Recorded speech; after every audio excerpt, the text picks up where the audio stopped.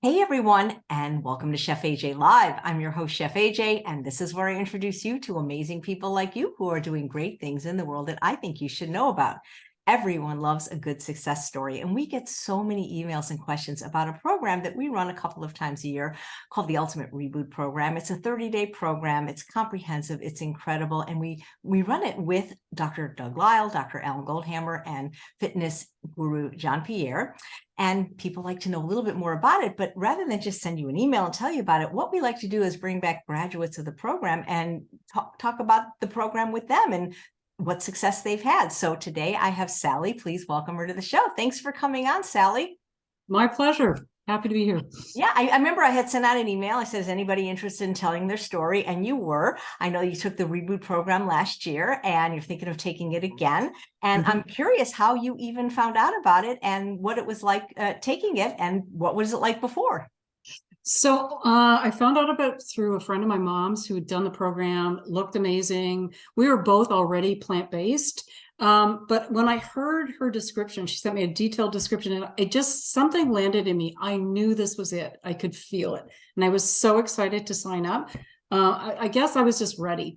The other motivation for me is, I think at the time was I had watched my daughter who is a physician and worked so hard through COVID and then time leading up to that. And I had watched her really comfort with food, especially sugar, and kind of gain 10, 15 pounds a year. And I was really starting to get worried about her health as well as mine. So, showed her in the material and it became something we did together. And that was part of the motivation. Right. One of the things I love about your story is that you didn't just take the program with a group of other people who ostensibly could become your friends if you wanted, because you're all in a group together and can communicate, but that you brought people with you to do it. Yeah, and I think that was a good chunk of our success as we did it. We had a little community. I had a friend who did it as well, which meant that we could cook together, we could eat together, we could support each other. And I also drew a lot of support from folks in the program as well. I mean, people were struggling in the same kind of ways, especially early days. And it was really helpful to have that broad community out there as well as my own little tribe. But I love that you said, even with the online community, of course, you can go for support, but the fact that you had an in-person friend, or actually two, what you talked about, the idea of you could cook together and also just be accountable to each other and support each other. I think that's why when I lived in LA, we would do this program in person. This is what the program is, but now it's online because, I can't bring, 100 people into I guess I could, but it would be kind of difficult. They'd all have to come to Sacramento. So I love that you said that. Now, you mentioned that you were plant-based or vegan before. Tell us about that story. When did you become that way? Why? It was 2011, and my sister and brother-in-law had come for a visit, and they were at Cornell and had just gotten turned on to Forks Over Knives and T. Colin Campbell, and recommended we watch the film, and we did, and it just hit the sweet spot. It made so much sense on every level. Watched it a second time, and that was it for us. We were done at that point, with dairy, with meat, and pretty much overnight went plant-based. And it was its own journey. I mean, it was more or less healthy, I guess you would say, but certainly not your style of plant-based eating.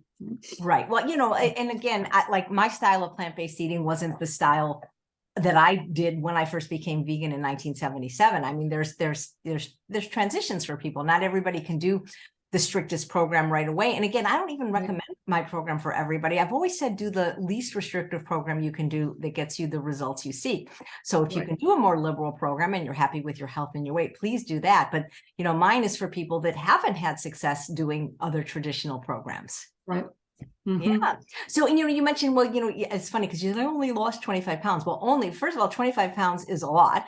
And also, that's bigger than my dog, but also there's a lot of people that have about that much to lose or that would love to lose 25 pounds.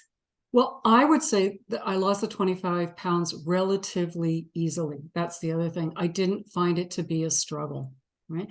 I was never hungry, And once I really understood some of the core principles of the program, like calorie density, again, it made so much sense to me. So I learned a bunch of new recipes. That was great. And a few things I think that really helped is bulk cooking too. I know I was talking about the interview with my daughter, and just we both said, the first few days were really hard because we also drank caffeine. We had coffee, and we went off the coffee, the salt, the flour, the sugar, all of it at once. So it was a little bit of a rip the Band-Aid off for us the first few days. But once we got through the caffeine piece, it got a lot easier. And our house was, both of our places were full of just amazing food. We got used to eating a whole different way. And we were laughing the other day because for me now, when I have a raspberry, it tastes like a Swedish berry. It might as well be a candy.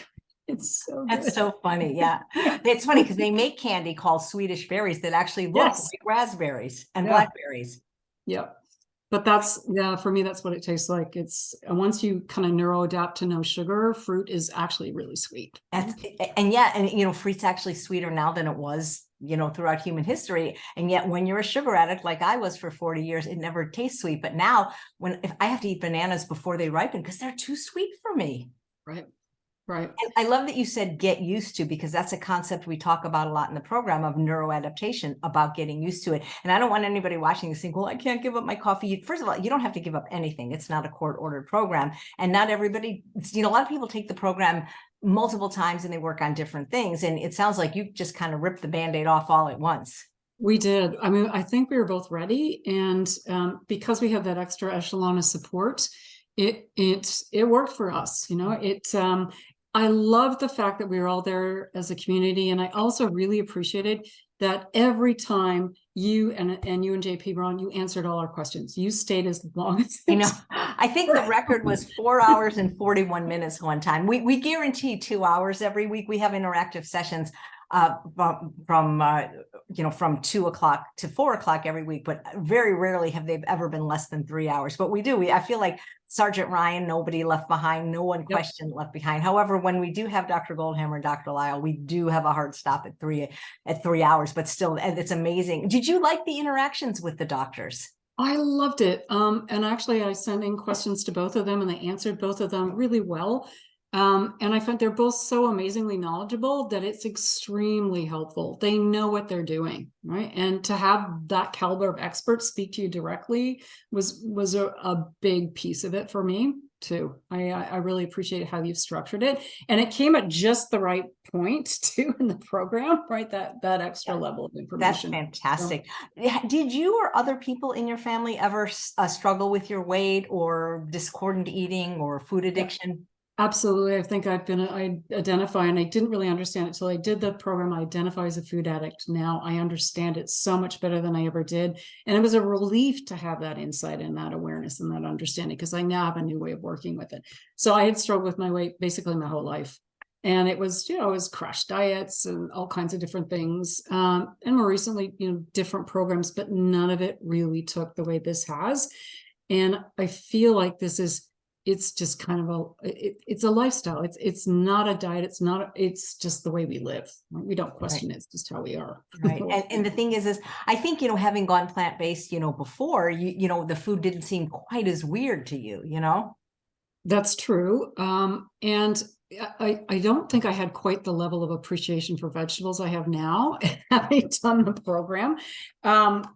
We love vegetables, and the vegetables for breakfast was initially what? Say what? Vegetables for breakfast, salad or whatever, and it's become just the norm. Where are they? I know, it's so funny because there's not often, but it usually, okay, like for example, if I'm traveling, it's very rare that I don't have vegetables either with or before my meal. And when I don't get them, it's like, it just something's off. You start to really miss them. And that would be one of our little challenge points is travel too. I think it's a little bit harder, right? And as I know you travel with your Instant Pot, and we've done the same, or a burner and vegetables you can nuke and things like that.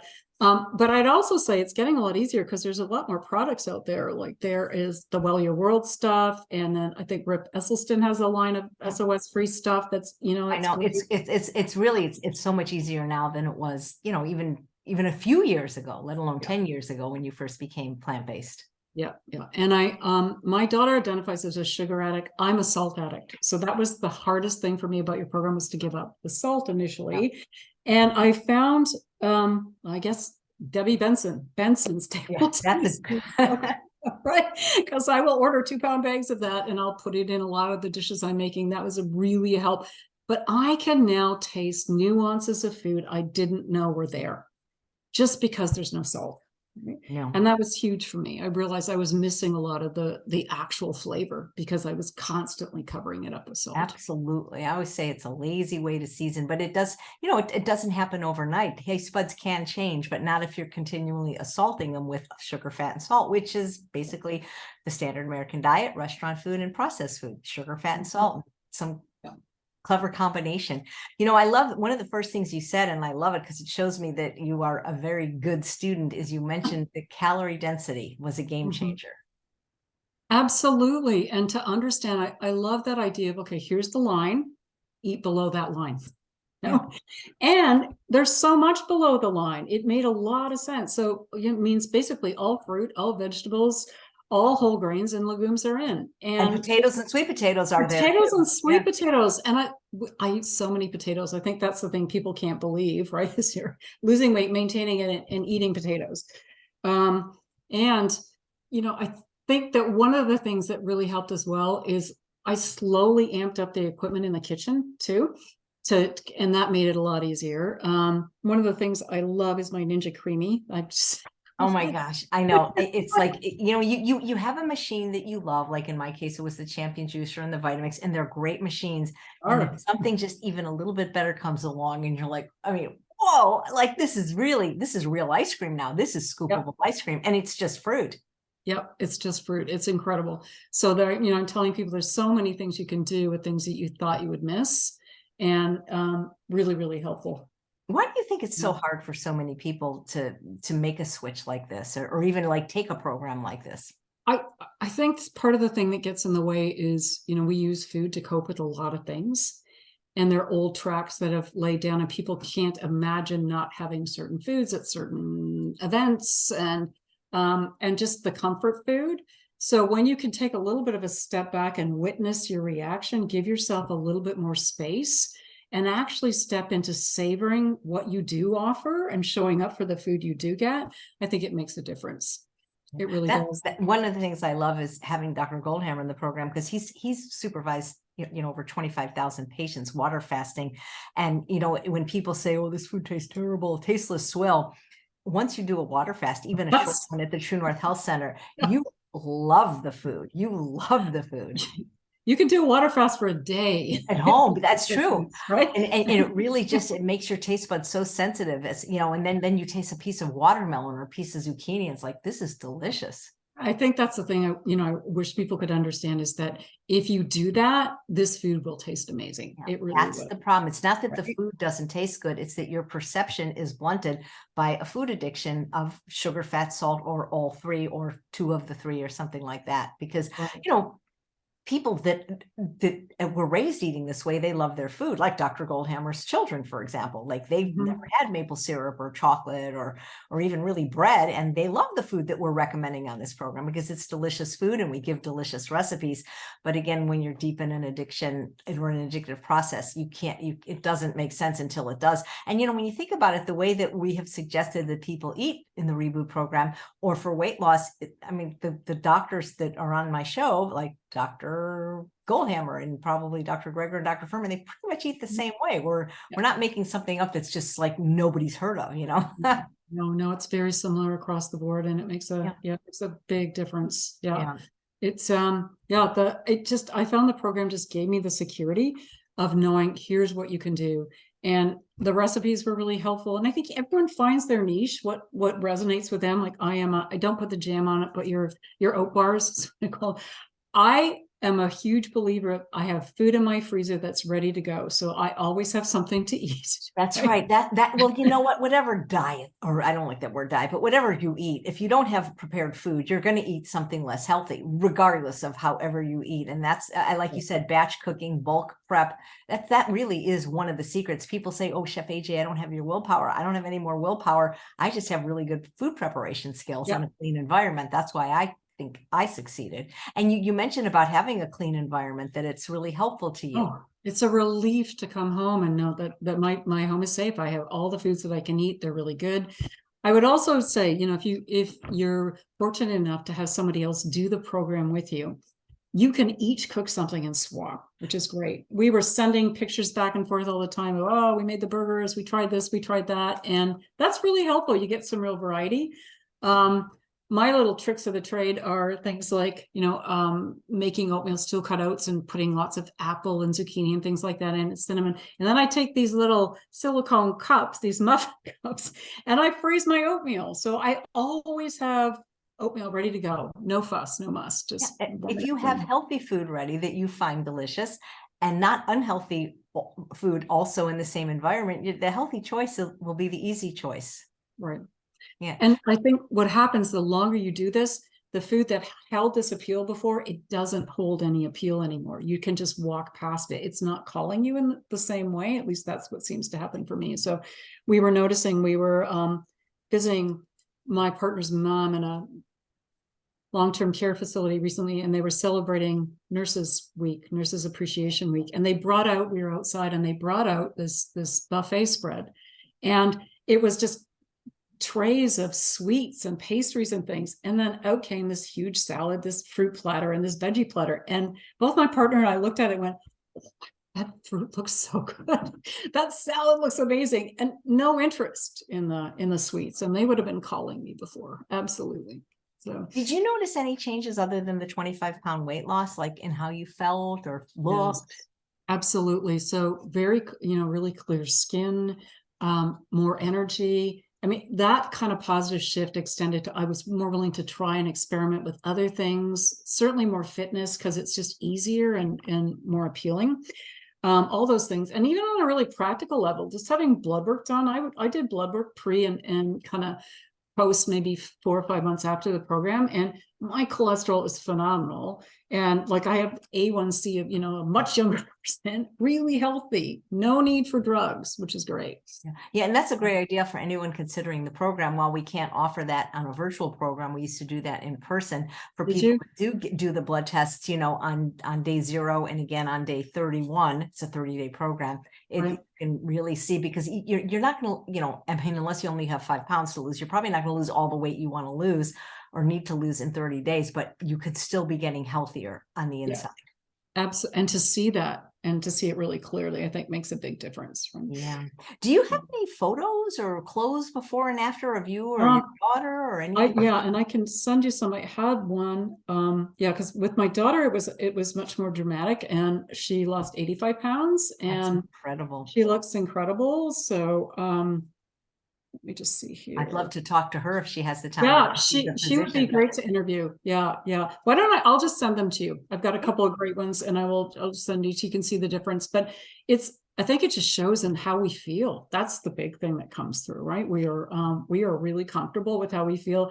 And I feel like we're influencing other people, because when we go to events, whether they're family or friends, we bring lots of food for others with us. Right? And people are, they're picking up on how we're eating, which is nice to see. Yeah. Do friends ever ask you about you or your daughter about your weight loss, or what are you doing? Does anybody seem to be interested? Absolutely. Yeah. People have noticed and want to know. And so we're really happy to share. I've sent a couple people to the subsequent programs as well.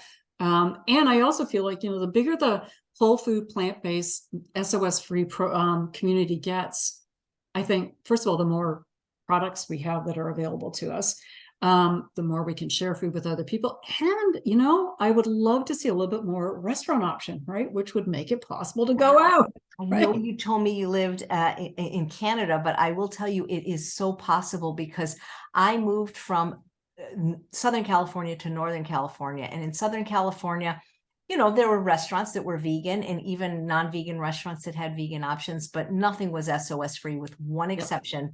There was an old vegetarian restaurant in Canoga Park called Follow Your Heart, and the owner had heart disease and saw Dr. Esselstyn, and they created a very small but delicious SOS free menu, which I think is still in existence today, where they had a few choices, which was nice.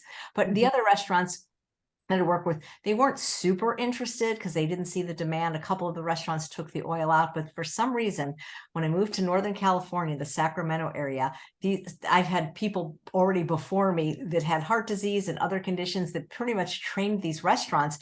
And they now offer a completely, at least oil-free menu, and will do SOS free if they're notified a little bit in advance. And depending on the restaurant, one restaurant it's 2 hours, one restaurant it's 24 hours, but I mean, it's spectacular. There's 5 delicious, and these are good restaurants here that will do SOS free for us. And we do meetups there and we bring them 30, 40 people. So they are thrilled to do it. That's fabulous. That's great. That's great news. And I think that's what's going to happen is more and more, if the community, if this spreads further and further, which it seems to be, that we'll see more available like that. Think about the movie Field of Dreams. If you build it, they will come. It's really up to, because look, people already think vegan. A lot of people think it's weird enough. What? No oil, no salt, no sugar. But if the individual goes to their favorite restaurant, whether it's vegan or not, and explains that for medical reasons, this is what they need, can they put something on the menu and people order it, or they bring people to the restaurant? I think they'll be interested, especially if they watch some of the videos on my channel with some of the chefs, like Chef John from Faux Fresh. I think it's possible, but there's an old saying, if you don't ask, you don't get. So yeah, I think you make a really good point. So we've certainly done that going out. We've asked and people have provided, and we've even done that going south to resorts and things. They've been really accommodating. So I guess, yeah, you make a very good point to go to places that are local that that you would have patronized and asked. Yeah. Do you have any friends or just know people that say, oh, that's great for you, Sally, but I could never do that. I could never give up blank. I would rather die than eat blank. Yeah, I do know people like that, but I also know that I think anybody could do this if they put their mind to it. Right. Yeah. I think with a little bit support and to see the results. And that's where I think things like the blood work make all the difference. Right. People because then if your weight hasn't moved as quickly as you want, you can see that you're still making progress. You're making progress. You're healthier. You're going to be around to see your grandkids. Yeah, that's the thing. We talk about that really early, about the why, having your why, the why that makes you cry. What do you say to people, or what advice do you have for people that have, like slips and slides? So I like to call it snacksidents.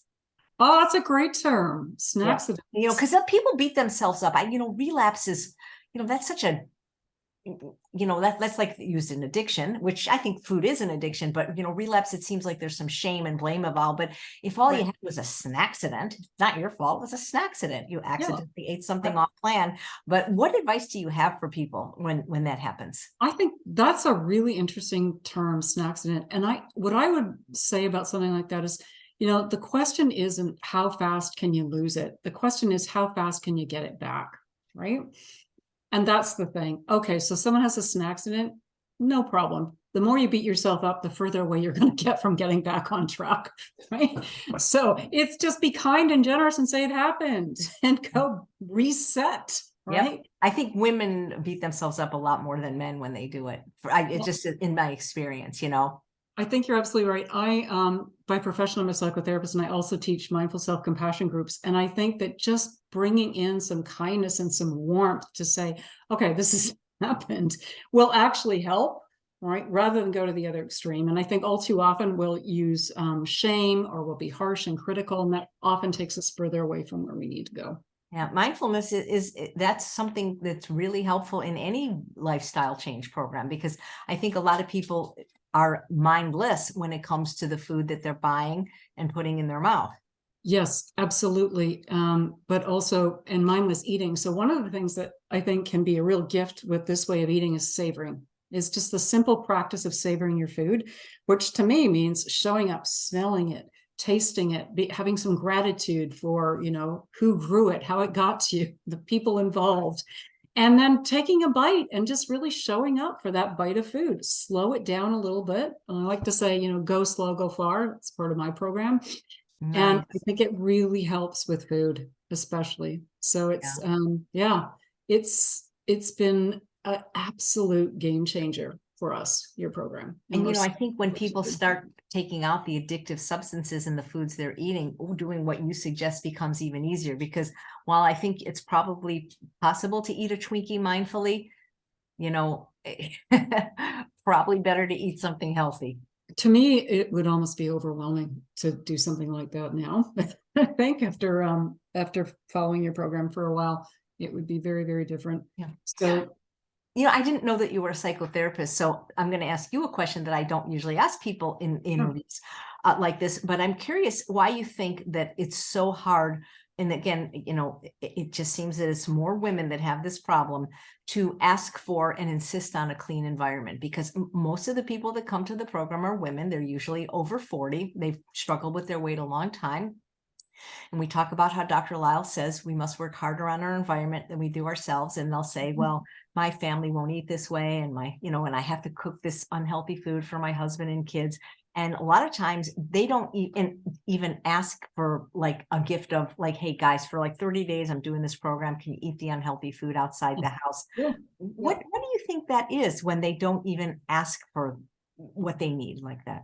It's an interesting, like, sort of gender socialization point, I think, is that women were often socialized to meet other people's needs rather than their own. Mhm. And to feel almost unentitled to take up space and to ask for their needs to be met. Yeah. And I think it can be an act. I also believe that, we have to start with the self and kindness and awareness of self before we can give it to other people, right? Authentically give to other people, show up for ourselves first. Yeah. And it's So, not that if you live in an unclean environment, it's hopeless and that you will fail and you can't do the program. It's just we're recommending that if even for the 30 days of the program, you can somehow navigate or negotiate that clean environment, you will see how much easier it can be to be. it is so much easier, because I know the friend that we did the program with, my daughter and I, doesn't live in a clean environment. And I know it's harder for her. It's definitely more of a struggle.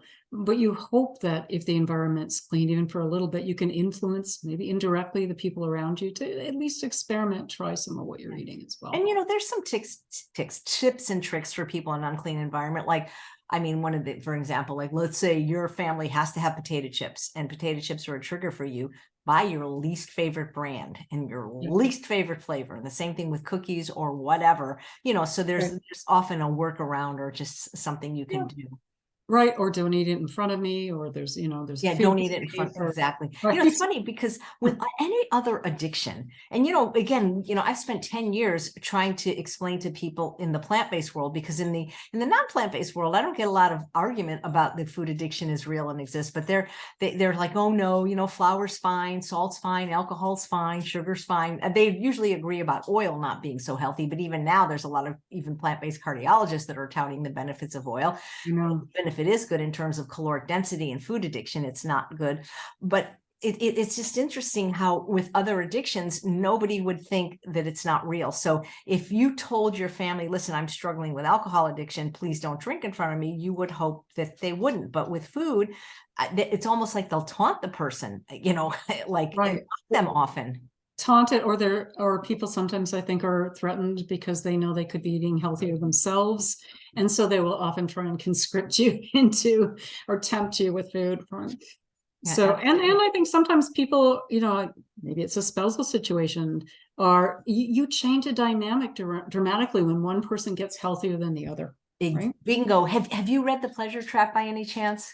I haven't. My partner has, and I heard all about it through him, but yes. Right. And so because the dynamic is right. And that dynamic that Dr. Lyle talks about is status. Yeah. So it changes the whole nature of the relationship. And I think at that point, partners have a choice. They can come along, or people tend to sometimes get a little bit further apart as well. Yeah. Wouldn't it be great if we could get, like, because you had mentioned at the very top of this interview how it really helped you to do this interview, to do this program with support of people you actually knew in your community. What if we could get a husband and wife to do it together? Oh, I think that would be great. And yeah, I think that makes a lot of sense, because then that's the atmosphere in your home, right? Yeah. Or if you could get a whole little family on board to try it together too, I think that would be great. But a little community hub would be really nice, because then people could share meals and things together too. So that is cool. What would you say to people that are on the fence of maybe trying the Reboot program? I would say just treat it like an experiment. What have you got to lose, right? Give it a chance, commit to 30 days and just see what happens. What's the worst that could happen if you do this for 30 days? You're not going to like it. You go back to eating the way you did. Absolutely. But try it out. See how you feel. Really let yourself be the guide, right? See how you feel inside and outside as a result of the main thing. See how you feel. So many people have such trepidation when it comes to, making a change. But if you can do anything for 30 days, so just try. That's what I say, because Lent is longer than 30 days. It's not, you can do 30 days and reassess at the end. Give yourself the out. Know that if if it's not for you at the end, you don't have to keep going. That is such brilliant. It's funny because even though you haven't read The Pleasure Trap, it sounds like you have, because that's always Dr. Lyle's advice. Do an experiment. Treat it as an experiment. It's not like, oh, for the rest of my life, I can never have X, Y, Z. It's no, for 30 days. No, I'm just being 30 days. We talk about that. Yeah, I'm really like behavioral experiments for people to try them and just see what happens, see how you feel. So, and I don't think you'll regret it. There are lots of things that I know made it easier. You have great recommendations, like the California balsamics and so many things like that, that I think really made local it spicery, Benson's table tasting. Yeah, and even pot. in a pinch, we don't have this in Canada, but I love Mama Says, and I love their emails too, and their Saturday good news emails are great too. But for people who are really pressed for time because they have an AJ, right? Yeah, they do. So, you could always order that. So even if time's an issue, you could start with something like that too. Yeah, well, this has been great. Thank you so much. Everybody loves a success story, but I especially love to hear that somebody found value in my work and that had such a good outcome. Oh, it's been huge. I really want to meet your daughter because that would be great like, for you guys. Yeah, and I will get you, I'll get you some photos so you can see the difference. That would be great. Well, thank you so much, Sally. My pleasure. Thank you. It's great to meet you. Oh, my pleasure. And thanks all of you for watching another episode of Chef AJ Live. Please come back tomorrow for another fabulous guest.